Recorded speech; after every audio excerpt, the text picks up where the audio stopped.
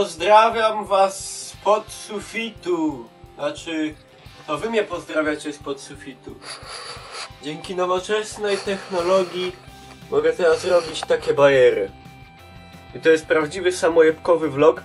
Taki na szybko, nie chce mi się mikrofonu brać do ręki. A dlaczego mówię do was? Patrzcie teraz. Super, nie? Wróciłem właśnie do domu i czytam sobie taki artykuł i zaraz pokażę wam, o co mi chodzi. Mianowicie chodzi mi... nie mogę tego... Zobaczyliście miskę po zupie. To jeszcze bardziej... O! Chodzi mi mianowicie o to. Przeczytałem właśnie artykuł na gram.pl, że GTA 5 będzie na 7 płytach, jak widać, raz, 2, 3, 4, 5, 6, 7. 7 płytach DVD. No i niby w zasadzie nie jest to nic dziwnego, bo żyjemy w takich czasach, że kiedy gra waży 40 giga albo więcej, to już w zasadzie nie jest nic niezwykłego. Tyle już ważył między innymi ostatni Wolfenstein The New Order, także nie byłem w jakimś wielkim szoku, ale taka naszła mi refleksja, będę tak kolebał tym. Fajne, nie? W ogóle wiem, że słaba jakość, ale jak przyrobię, to muszę sobie kupić nową kamerę. Możecie mi w tym pomóc, wyłączając adblocka. Także naszła mnie taka refleksja. Dlaczego? Dlaczego Blu-ray nie wyparł i nie zastąpił DVD, tak jak DVD wyparło i zastąpiło CD?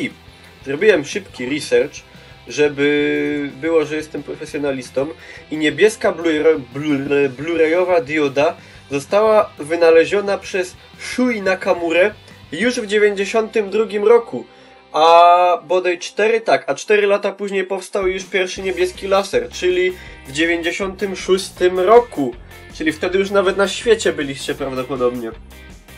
I dlatego dziwi mnie to, zwłaszcza, że filmy na Blu-rayu były popularne już jakieś dobre kilka lat temu, szczególnie, że PlayStation 3 miało już Blu-raya, także był taki w pewnym momencie szał na tego Blu-raya właśnie, że może to pomieścić, że ma to tak dużo większą pojemność w porównaniu do DVD. I teraz tak się zastanawiam, dlaczego to się tak nie rozpropagowało? Bo pamiętamy jeszcze przecież dobrze czasy, już nie wspomnę o wgrywaniu gier śrubokrętem na C64, ale mam jeszcze gry typu na przykład, mam dużo takich gier starych, mam na 6 płytach Colina McRae 2004 na przykład, to przecież jeszcze nie było tak dawno, chociaż on już wtedy mógł być w wersji DVD, a ja go miałem na CD? Nie wiem teraz, ale to nie o to chodzi. W każdym razie mogłem zrobić jakieś głębsze badanie tematu na internecie, ale posłużyłem się tym, że mam YouTube'a i do tego wykorzystam was, bo może ktoś z was wie, dlaczego stało się tak, że płyty Blu-ray nie zrobiły tego, co płyty DVD. Dlaczego dzisiaj gra na płycie DVD to jest już totalna przeszłość, na płytach, źle powiedziałem, gra na płycie CD to jest totalna przeszłość, a gra na płycie DVD jest czymś zupełnie normalnym, z czego teraz na płyty CD praktycznie tylko muzyka jeszcze na nich jest, to nikogo nie dziwi, ale nie znajdziecie już raczej, nie znajdziecie gier na płytach, wydawanych na płytach CD. I dlaczego doszliśmy do tego momentu, że znowu powtarza się sytuacja z CD? Że jak mieliśmy grę na 6-8 płytach CD, teraz wychodzi GTA na 7 płytach DVD. O ile się nie mylę, nie chcę teraz dupnąć fleka, jak się pomylę, to poprawcie mnie, ale z tego co wiem, GTA 5 waży 65 giga.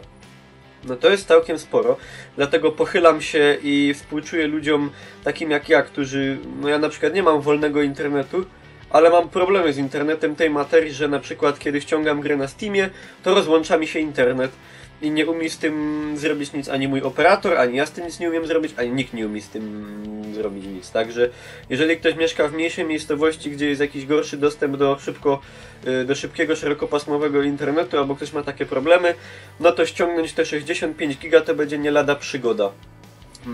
Także tego jestem ciekaw. Dlaczego tak jest? Dlaczego Blu-ray nie podbił i nie zdominował? Co się takiego stało? Czemu nie zyskał popularności? Do tej dyskusji was zachęcam i sam bardzo chętnie wezmę jej udział, a tymczasem dzisiaj mamy, prawdę, żeby nie dupnąć fleka, 9 kwietnia, także do GTA 5, premier zostało nam 5 dni. Cieszycie się, nie?